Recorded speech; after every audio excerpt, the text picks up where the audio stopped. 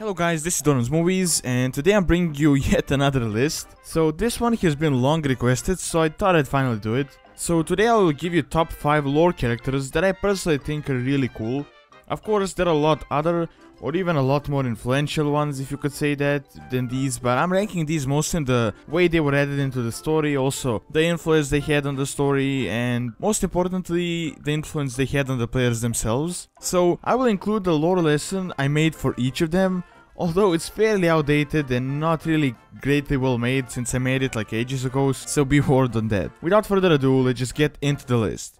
Number 5. Grom Hellscream. We will never be slaves!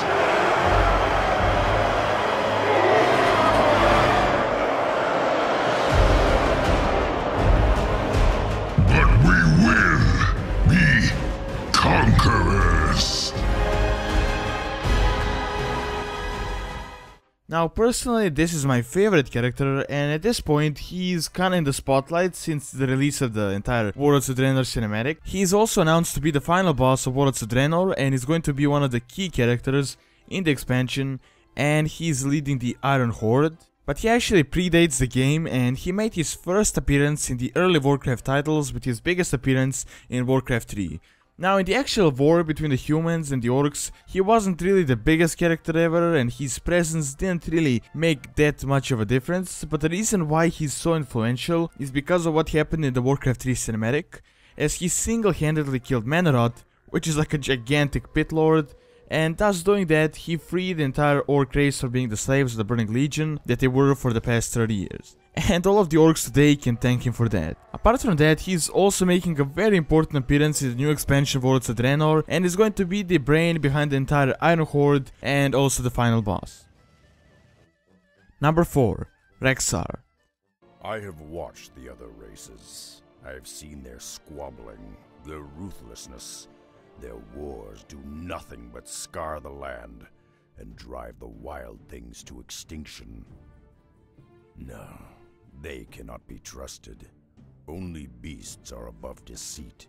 Now this character, even though story-wise he isn't as influential as some of the others, and his presence didn't really make a great difference on the entire storyline, I still added him to the list because of his unique storyline and also his awesome personality and the fact that he's loved so much by so many fans of the game. Rexxar only really introduced in the franchise in Warcraft 3, where he was the main character of an additional campaign later added in the game. Now he played a big role in the founding of Durotar, and he helped the Horde a lot in setting their foothold into Kalimdor and establishing Orgrimmar and the Horde as it is today. He's also a part of the Mokantal clan and is a half ogre half orc, and he later on made an appearance in World of Warcraft in Desolace, and he was supposed to play a crucial part in the siege of Orgrimmar on the rebellion side, but he was scrapped in the last moment due to the lack of time. Although now in Warlords of Draenor he's making a return with a really interesting questline and Gorgrond, and will most likely play even more important roles in the game. Number 3. Thrall or Goel. Feel the elements awakening, rejoicing. The cataclysm is over.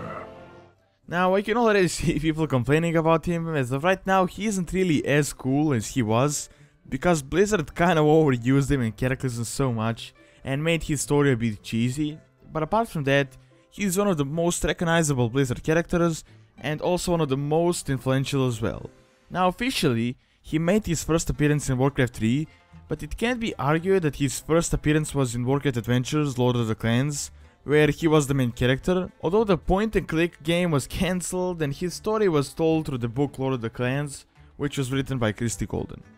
But officially, in-game, his first appearance was in Warcraft 3, and he played a big part in it, if not the most important one, in Reign of Chaos. Now, he was captured as a baby, and he is the son of Durotar and Draka, and he was raised as a slave, but later on he escaped, met with his birth clan, the Frostwolf clan, freed all of the orcs from the internment camps, and established the Horde that we know of today. Just before the Cataclysm he joined the Earthen Ring, and now is a big part of it, and is also still a very influential person in the Horde, even though he's not really the war chief anymore. Number 2. Illidan Stormrage.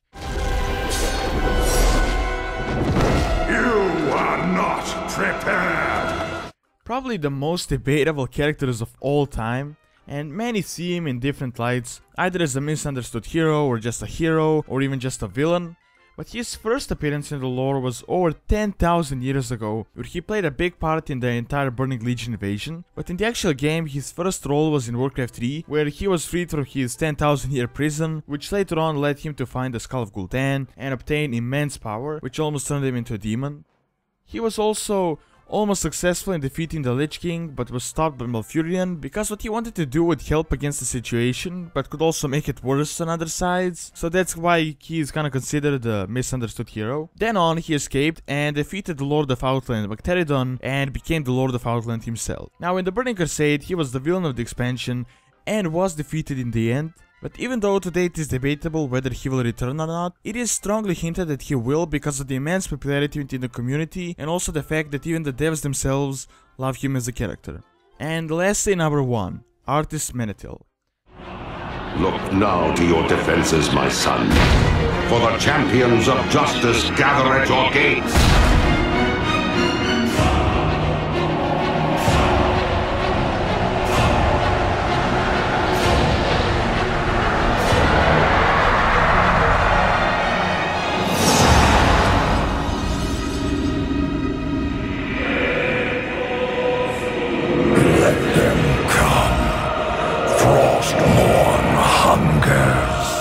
The most recognizable character of the game, and probably the most famous one.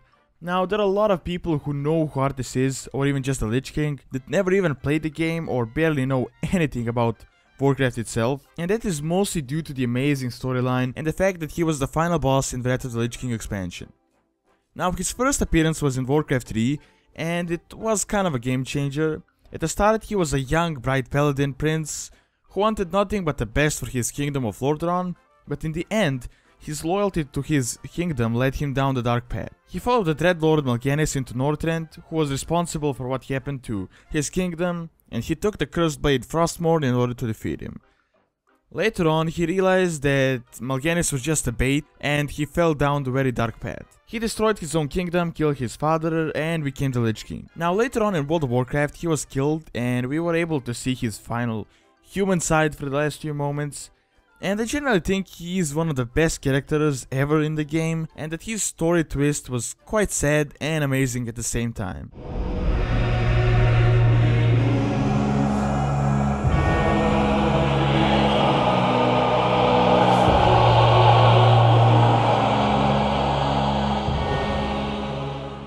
Alright, so that is all I have for this list. Thanks so much for watching, and also don't forget to leave some suggestions on what you think about these characters, and also what you would like to see next.